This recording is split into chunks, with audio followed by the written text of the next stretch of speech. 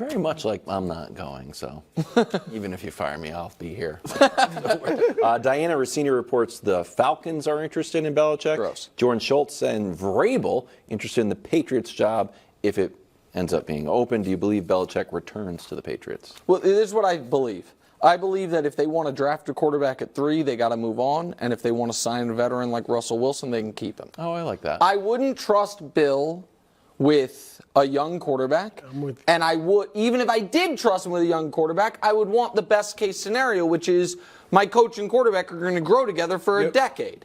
But if I'm signing a guy like Russell Wilson, and it's a short-term thing, and it's like, you know what, he's still good on game day, he's still good with defenses, we can do that. But if I'm using the 3rd pick on a quarterback, I'm moving on. If not, I would consider keeping him. Wilds, yes. The only thing we know about the Patriots is Mac Jones not going to be the quarterback next year. We're not 100% sure. Okay, we do know that. Inactive. What do you? He has put on 8 to 9 pounds of muscle. What do you want them to do? What do you want them to do? I want to keep Bill Belichick. Or get Mike Vrabel. The Mike Vrabel thing I like. Mike Vrabel thing I like because it's still a continuation. I want to keep Bill Belichick. And I saw a tweet. I said, Matt Chatham, you nailed this 100%. I'm just going to read it verbatim. If the Patriots were to decide to move on from Belichick, looking at the then available head coaching candidates, they need to immediately turn their attention to Bill Belichick. It's kind of how I felt about Derek Carr and the Raiders. Like, we're going to move on from Derek Carr and look for a new quarterback. And then once you scan the periphery, like, number 1 guy available is Derek Carr. So I don't know if there's another head coach that we want more than Bill Belichick. The other thing, Greg, is only half of the car is not working, or half of the bicycle. We got defense totally works. The organization works. There's no, like, dysfunction within the organization. It's just the offense. It's the offense, and more specifically, it might have been the quarterback who kept throwing the ball to the other team. So it pains me to say, but he wasn't developed properly, but it might just be a quarterback issue. Yeah, I don't think he returns next season. I just think when you look at what you're talking about, where they draft, what you're looking to draft potentially to fix everything, you're going to want a young coach with a new mind just to be something fresh. Like, it's not a knock on the fact that Bill Belichick can still coach or can't still coach. I believe everybody understands he can still coach effectively. But you have to, at some point, make a change and decide to move forward. The thing I got from his comments today is I don't think he's going to cooperate with a trade. I think they're going to have to fire him. And I think he's like, you're going to have to fire me. I think you're right back. on that, bro. Right? And you guys know I've said you cannot fire Bill Belichick. Yeah. All right? However, if he says he won't accept losing the front office duties, which he said he would, he would, but someone's got to make the call. Said he might. I don't know that he will. But if he won't, they might have to fire him. I don't want him back if I'm New England. It's not going to get better. Bill Belichick is arguably the greatest ever. He hasn't done anything without Tom Brady. Let's just keep talking about Belichick. It's not going to get better. No, let's just keep going. Ooh, the Prince next. No, let's just keep going. The contract thing. Are we still calling him the Prince? Like, don't give him Wild spinning the break, arguing Mac Jones over C.J. Stroud. Not over. I'm saying equivalent. Two rookies that went. Let's see where they each land on the mountain tomorrow. I'm not saying over. Let's see where they each land on the mountain. Mac will be on. So, it's been the tale of just half a good season. And last year, we write off his entire rookie season. And then the beginning of last season, 2-6, and then he got good.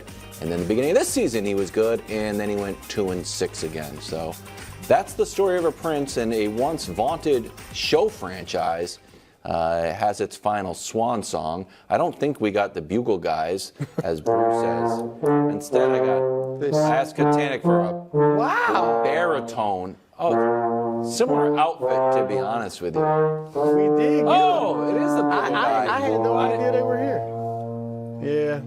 Okay. Not as festive as in the past. So can we be? Hey guys. Yes. Can we be serious for a moment? I'm trying to be. All right. So 2 things are true here. Yeah. And you guys are going to jump on me for the first thing, but just let me get to the second thing. The first thing that is objectively true is, like many teams this year, the Jaguars' season was done in by injury to their quarterback.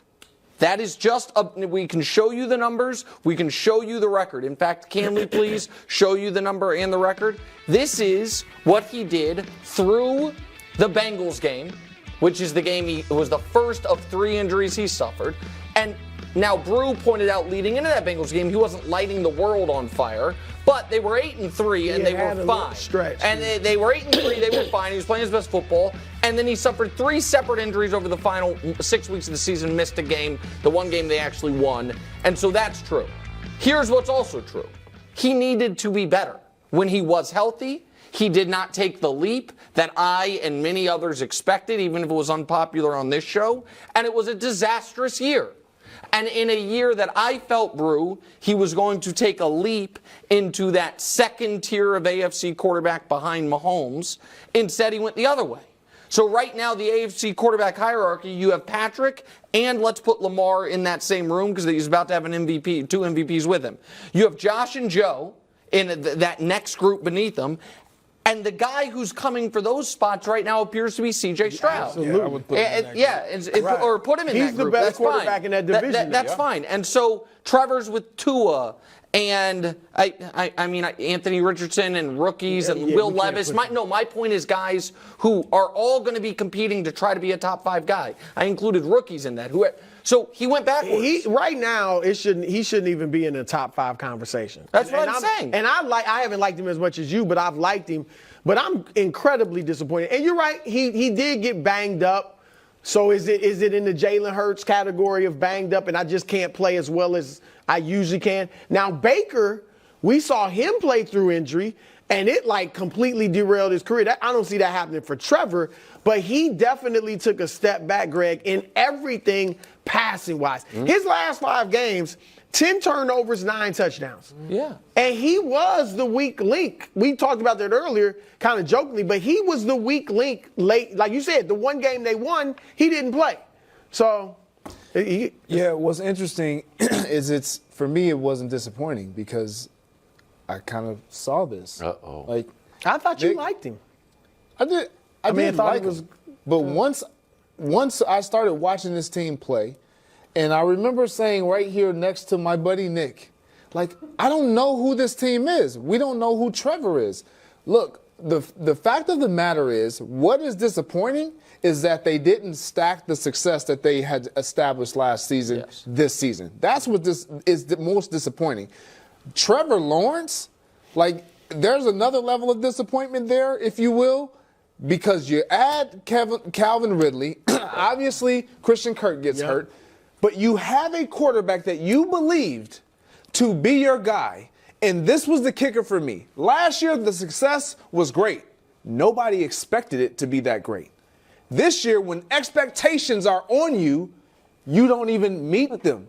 You can't even rise to the occasion. Except that's where I would bring up they were 8-3 and he got hurt. It's not like they were bad all year. They fell apart at the end of the year. I can't give you that pass because we've watched Jalen Hurts play pretty much hurt all season long or seemingly unhealthy, and they've struggled. And they've fallen apart. They have fallen apart, but their team still found a way to make the playoffs. At one point, they were 10-1. Right. Yeah, okay.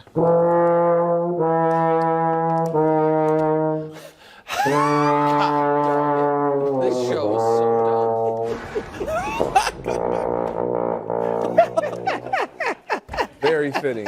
Thanks for watching. Subscribe here to get more from the show and to check out clips from other shows on FS1.